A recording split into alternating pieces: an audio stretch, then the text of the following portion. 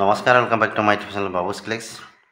সপ্তম শ্ৰেণীৰ ছাত্ৰ ছাত্ৰীসকল, তোমালোকৰ বছৰেকীয়া পৰীক্ষাৰ বাবে আহিবলগীয়া প্ৰশ্নৰ ওপৰত ভিত্তি কৰি এই ভিডিঅ'টো প্ৰস্তুত কৰিবলৈ ওলাইছোঁ। ভিডিঅ'টো সম্পূৰ্ণকৈ আৰু মনোযোগেৰে চাবা। তো আহা আজি ভিডিঅ'টো আমি আৰম্ভ কৰোঁ।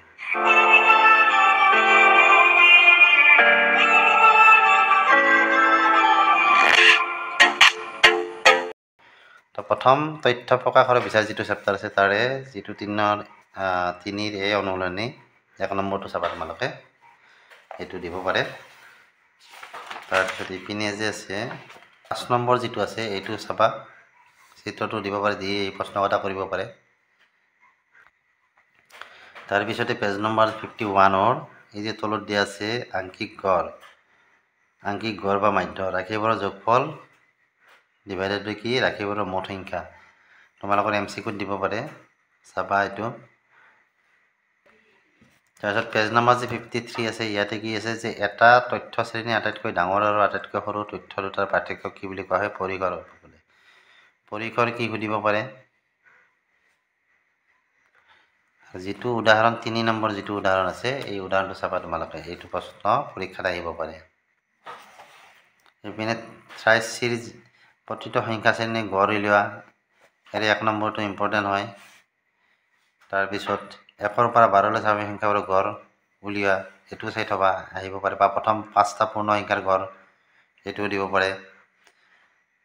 তাৰপিছত এইটোতো ইম্পৰ্টেণ্ট, এজন ক্ৰিকেট খেলুৱৈ 10টা ইনিংছত কেনেদৰে ৰান কৰে, ৰান সংখ্যাৰ পৰিসৰ উলিওৱা বা গড় ৰান সংখ্যা উলিওৱা, পৰীক্ষাত আহে এইবিলাক। তাৰপিছতে ইয়াত আছে যে আগৰ 5 বছৰত অসম চৰকাৰে মজুতৰা চাউল এনেধৰণৰ খৰচ কৰিছিল, এইটো চাবা। তাৰপিছত থ্ৰাইছ ডিট যে আছে বহুলক নিৰ্ণয়, এৰে প্ৰথমটো চাবা, 1 নম্বৰটো।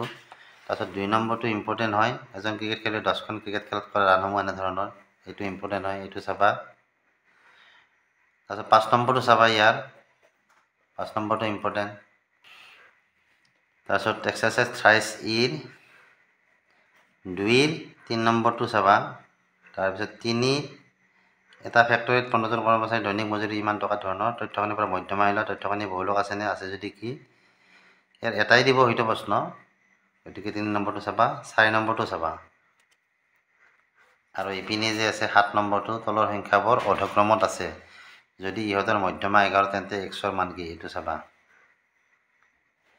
এইপিনে যিটো সম্ভাৱিতা আছে আমাৰ, ইয়াৰে এই সম্ভাৱিতা কি এই বস্তুটো চাবা। তোমালোকক MCQত দিব পাৰে সম্ভাৱিতা। আৰু উদাহৰণ যে 1টো আছে, এই 1টো ইম্পৰ্টেণ্ট হয়, উদাহৰণ 1টো চাবা, পেজ নম্বৰ 68। আৰু ইয়াত যে আছে সম্ভাৱিতা এটা সংখ্যা যি সদায় যোগাত্মক, এইটো দিব পাৰে MCQত। সম্ভাৱিতা সদায় 0 বা 0তকৈ ডাঙৰ কিন্তু 1ৰ সমান আৰু 1তকৈ সৰু এটা সংখ্যা, গতিকে ই অখণ্ড সংখ্যা 0 বা 1ৰ প্ৰকৃত ভগ্নাংশ হ'ব পাৰে। আৰু ইম্পৰ্টেণ্ট হৈছে এইটো, অসম্ভৱ ঘটনাৰ সম্ভাৱিতা কি বুলি সুধিব পাৰে, 0। আৰু নিশ্চিত ঘটনাৰ সম্ভাৱিতা কি, 1। মনত ৰাখবা, অসম্ভৱ ঘটনাৰ সম্ভাৱিতা 0 আৰু নিশ্চিত ঘটনাৰ সম্ভাৱিতা, এইটো হৈছে অনিশ্চিত ঘটনাৰ সম্ভাৱিতা 0 বা অসম্ভৱ ঘটনাৰ সম্ভাৱিতা 0, আৰু নিশ্চিত ঘটনাৰ সম্ভাৱিতা আমাৰ কি হয়, 1 হয়। ইয়াত যে দিয়া আছে থ্ৰাইছ এফ যিটো এক্সাৰচাইজ আছে, তলৰ প্ৰতিটোৰে দুটাকৈ পৰীক্ষাৰ উদাহৰণ দিয়া, এটাকৈ দিব পাৰে তোমালোকক। যাৰ সম্ভাৱিতা 0, যাৰ সম্ভাৱিতা 0 অৰ্থাৎ অসম্ভৱ ঘটনাৰ সম্ভাৱিতা 0। ধৰা লুডু গুটি এটা দিছে আমাক, যে লুডু গুটিটোত আমি 7 পোৱাৰ সম্ভাৱিতা কি। উদাহৰণ যে কৈছে যে যাৰ সম্ভাৱিতা 0, এটা উদাহৰণ ধৰা, লুডু গুটিত 7 পোৱাৰ সম্ভাৱিতা আমাৰ 0, কাৰণ লুডু গুটিত 6লৈকে থাকে, হয়নে? গতিকে সেইটো এটা উদাহৰণ। তাৰপিছত যে 5 নম্বৰ দিছে যে বিশ্বকাপত জাপান আৰু গ্ৰীচে খেলিব, জাপানে খেল আৰম্ভ কৰাৰ সম্ভাৱিতা কিমান, গ্ৰীচে খেল আৰম্ভ কৰাৰ সম্ভাৱিতা কিমান, দুয়োটা সম্ভাৱিতাৰ যোগফল কি, সেইটো চাবা। তাৰপিছত ইপিনে থকা 8 নম্বৰটো চাবা। এটা বেগত 7টা ৰঙা আৰু 4টা নীলা মাৰ্বল আছে, নোচোৱাকৈ বুটলিলে কি আহিব, তাৰ মানে এইকেইটা দিয়া আছে, তাৰ যিকোনো এটা দিব পাৰে। তো ইপিনে 8ৰ এই যিটো অনুশীলনী আছে তাৰে তলৰ ভগ্নাংশবোৰক শতাংশত প্ৰকাশ কৰা, 2 নম্বৰটো আৰু 4 নম্বৰটো ইম্পৰ্টেণ্ট হয়। ভগ্নাংশত প্ৰকাশ কৰা 25% এইটো আহিব পাৰে, বা তোমাৰ 5.2% দিব পাৰে। অনুপাতত প্ৰকাশ কৰা 36%, এইটো ইম্পৰ্টেণ্ট, 15% এইটো ইম্পৰ্টেণ্ট হয়। শতাংশত প্ৰকাশ কৰা দিব পাৰে কোনোবা এটা MCQতে দিব পাৰে, এইবিলাক MCQত বেছিকৈ আহে। তাৰপিছত দশমিক ভগ্নাংশত প্ৰকাশ কৰা এইকেইটা চাবা, তাৰমানে কোনটো আহে ঠিক নাই, কিন্তু ইয়াৰ পৰা কাটিব MCQত। তাৰপিছত শতাংশত প্ৰকাশ কৰা, এইফালে 7 নম্বৰটো ইম্পৰ্টেণ্ট হয়, 8 নম্বৰটো ইম্পৰ্টেণ্ট হয়। 9 নম্বৰটো 2023 আহি গৈছে, গতিকে আহিব পাৰে। ইপিনে 12 নম্বৰটো, এইটো 12 নম্বৰটো ইম্পৰ্টেণ্ট। তাৰপিছত যে 14 নম্বৰ যে শতাংশত প্ৰকাশ কৰা, এইকেইটাৰ কোনোবা এটা দিব পাৰে, কিন্তু দেই ইম্পৰ্টেণ্ট হয়, এদিন চাই থবা। ইপিনে পেজ নম্বৰ 173, তাৰে যে উদাহৰণ আছে 1 নম্বৰটো, 2 নম্বৰটো আৰু ইফালে 1ৰে সেই 1, 2 আৰু ইফালে উদাহৰণ 2, এইকেইটা চাবা। ইফালে পেজ নম্বৰ 174ৰ 3 নম্বৰ উদাহৰণটো চাবা। তাৰপিছত 18Bৰ নিৰ্ণয় কৰা যে আছে, এতিয়া 1 নম্বৰটো ইম্পৰ্টেণ্ট হয়, 2 নম্বৰটো ইম্পৰ্টেণ্ট, আৰু মুঠ পৰিমাণ নিৰ্ণয় কৰা 1 নম্বৰটো চাবা। তাৰপিছত 3 নম্বৰটো চাবা, 4 নম্বৰটো ইম্পৰ্টেণ্ট হয়, এইটোও চাবা। 5 নম্বৰটো কিন্তু 2023 আছে, এইটো আহিব পাৰে। 178 পেজ নম্বৰ উদাহৰণ 4টো চাবা। আৰু এই সূত্ৰবিলাক মনত ৰাখিবা, এই সূত্ৰবিলাক MCQত কাটিব। অনুশীলনী HCৰ মান নিৰ্ণয় কৰা, এই দুটা চাবা। তলত দেখি 5 নম্বৰটো ইম্পৰ্টেণ্ট হয়, 6 নম্বৰটো ইম্পৰ্টেণ্ট, 7 নম্বৰটো 2023 আছে, এইটো চাই থবা। এইপিনে এই সূত্ৰকেইটা চাবা, কিন্তু MCQত কাটি দিব পাৰে। 8Dৰ এই তালিকাখন চাবা ভালদৰে, আৰু 5 নম্বৰ যিটো অংক আছে এইটো চাবা। সেইপিনে ত্ৰিভুজ অংকনৰ 218 নম্বৰ পেজত থকা এই 4 নম্বৰ উদাহৰণটো এইটো চাবা, এইটো ইম্পৰ্টেণ্ট হয়। আৰু অনুশীলনীৰ পৰা 1 নম্বৰ, 5 নম্বৰ, 9 নম্বৰ, এইপিনে 15 নম্বৰ আৰু 16 নম্বৰ। 16 নম্বৰটো কিন্তু 2023 আহি গৈছে, এইকেইটা চাবা। এইপিনে পৰিমিতি চেপ্টাৰৰ এই সূত্ৰকেইটা চাবা। তো ইয়াত কি দিয়া আছে, 222 নম্বৰ পেজত 1 আৰু মান 100 বৰ্গমিটাৰ, এইটো মনত ৰাখবা দেই।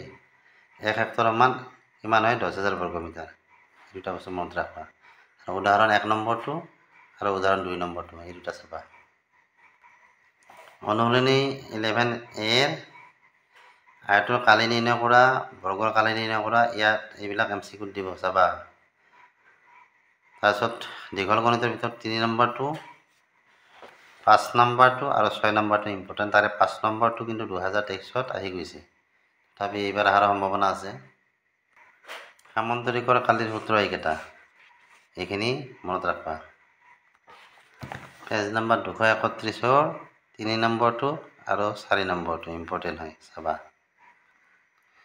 ত্ৰিভুজৰ কালিৰ সূত্ৰ এইখিনি চাবা, কি কি আছে। তাৰে তলতে যিটো উদাহৰণ আছে, এই উদাহৰণটো চাবা, সেইটো আহিব পাৰে।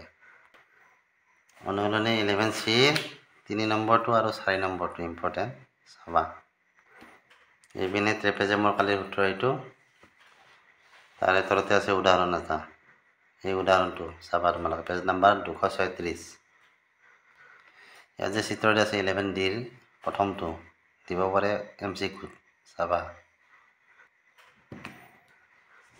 তাৰপিছত 3 নম্বৰটো আৰু 4 নম্বৰটো ইম্পৰ্টেণ্ট। 3 নম্বৰটো কিন্তু 2023 আহি গৈছে।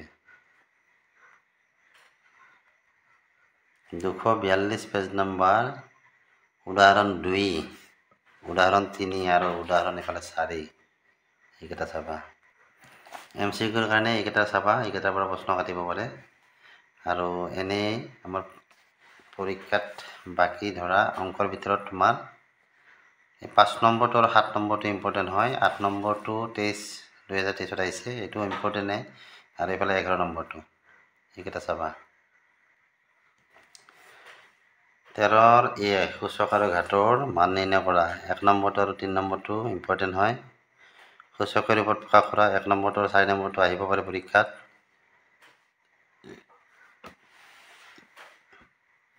তাৰপিছত 5 নম্বৰৰ এই 2টো আৰু 3টো চাবা।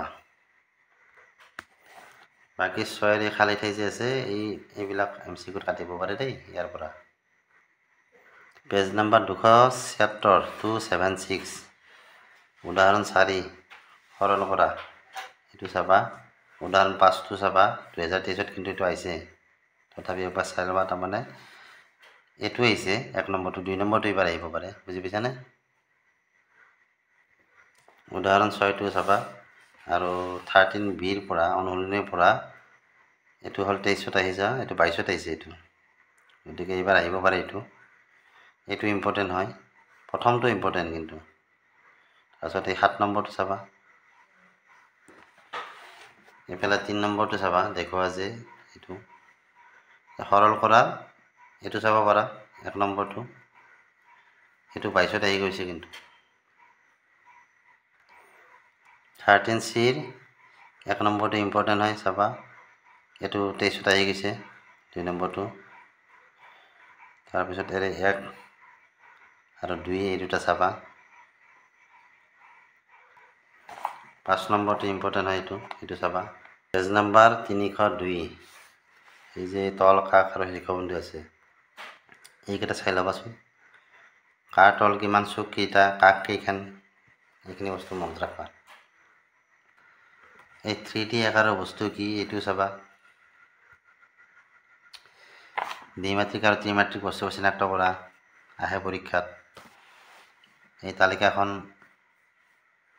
তালিকাখন চাই ল'বা ইয়াত দিয়া আছে মই আগতে ভিডিঅ'টো দিছোঁ চাবা তাৰপিছত 15bৰ 2 নম্বৰটো ইম্পৰ্টেণ্ট হয় চাবা 3 নম্বৰটো ইম্পৰ্টেণ্ট গতিকে এইকেইটা চাবা তো এইখিনি দিলোঁ আজি তোমালোকক ভিডিঅ'টো চাই কেনে পালা জনাবা ভিডিঅ'টো চাই ভাল লাগিলে ভিডিঅ'টো লাইক কৰিবা চেনেলটো ছাবস্ক্ৰাইব কৰিবা